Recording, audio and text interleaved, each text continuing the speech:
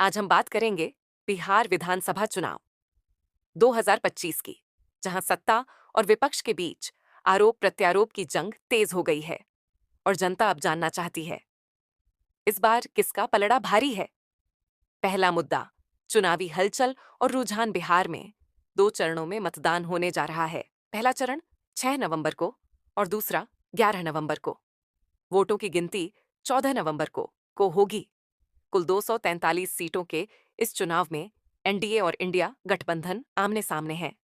वहीं प्रशांत किशोर की जन सूरज पार्टी तीसरा मोर्चा बनकर इस बार सियासी समीकरणों को हिला रही है।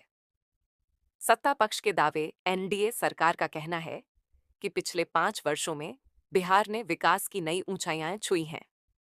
बिजली पानी की सुविधा, महिलाओं के स्वावलंबन कार्यक्रम और सड़कों का मजबूत नेटवर्क इसका प्रमाण है। बीजेपी और जेडीयू दोनों 101 से 101 सीटों पर चुनाव लड़ रही हैं, जबकि अन्य सहयोगी दलों को भी कुछ सीटें दी गई हैं।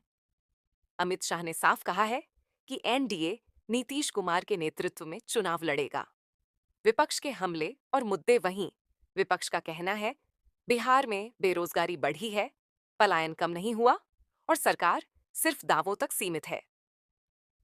तेजस्वी यादव और अन्य विपक्षी नेता रोजगार, शिक्षा और भ्रष्टाचार को बड़ा चुनावी मुद्दा बना रहे हैं। इंडिया गठबंधन के भीतर हालांकि सीट बंटवारे को लेकर मतभेद अब भी कायम हैं।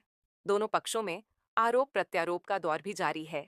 जहां विपक्ष ने सत्ता पर मतदाता सूची में गड़बड़ी और चुनावी आचार संहिता उल्लंघन का आरोप लगाया है, वहीं एनडीए ने विपक्ष को नकारात्मक राजनीति का दोषी बताया है। हाल ही में गया से वायरल हुए एक वीडियो में एक प्रत्याशी के समर्थक को खुलेआम नोट बांटते हुए देखा गया, जिस पर चुनाव आयोग ने सख्त कार्रवाई के आदेश दिए हैं। अब रुझानों की बात करें तो ताजा सर्वे के अनुसार मुकाबला काफी करीबी है। एनडीए को हल्की बढ़त मिलती दिख रही है, लेकिन इंडिया गठबंधन और जन सुराज पार्टी दोनों ही समीकरणों को बदलने की क्षमता रखते हैं। जातीय संतुलन, युवाओं की नाराजगी और नए प्रत्याशियों का प्रभाव, ये तीनों इस बार के चुनाव का गेम चेंजर साबित हो सकते हैं। निष्कर्ष के तौर पर कहा जा सकता है बिहार की सियासत इस बार सरकार कौन बनाएगा नहीं, बल्कि जनता किस पर भरोसा करेगी पर निर्भर करेगी। क्या जनता पुरानी सरकार के अनुभव पर भरोसा करेगी या फिर बदलाव के नाम पर नया नेतृत्व चुनेगी? ये तो आने वाला समय ही बताएगा। जनता हमेशा की तरह गुमराह और असमंजस में है कि किसे सत्ता की कुर्सी पर विराजमान करे, क्योंकि पिछले कुछ वर्षों में राजनीति और राजनीतिज्ञों से जनता का भरोसा टूटा है। जनता आहत है क्योंकि राष्ट्र विकास, बेरोजगारी और भूखमरी जैसे मुद्दों पर बात करने के बजाय अब छिछली राजनीति हो रही है।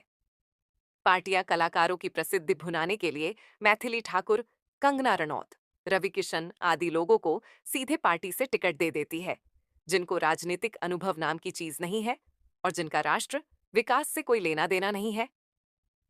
फिलहाल बिहार की सियासी बिसात पर हर चाल अहम है, हर वोट की कीमत भारी है और हर दल का लक्ष्य एक, सत्ता की कुर्सी।